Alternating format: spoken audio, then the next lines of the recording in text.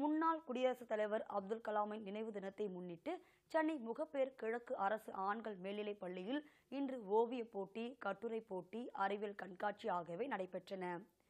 உதவிடத்தான் பிறந்தோம் என்ற அமைப்பின் சார்பில் முகப்பேர் கிழக்கு பகுதியில் உள்ள அரசு ஆண்கள் உயர்நிலைப் பள்ளியில் அப்துல் கலாம் அவர்களை நினைவுபடுத்தும் வகையில் ஓவியப் போட்டி, கட்டுரை போட்டி, கண்காட்சி நடைபெற்றது.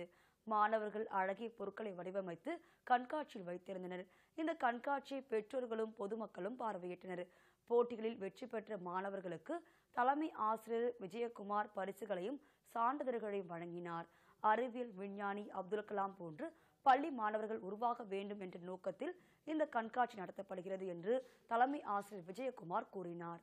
மக்கள் ஜனாதிபதி அப்துல் கலாம் ஐயா அவர்களுடைய 4ஆம் ஆண்டு நினைவு தினத்தை முன்னிட்டு எங்கள் பள்ளி மாணவர்களில் அறிவியல் சிந்தனைகளையும் அறிவியல் ஆர்வத்தையும் கலை மற்றும்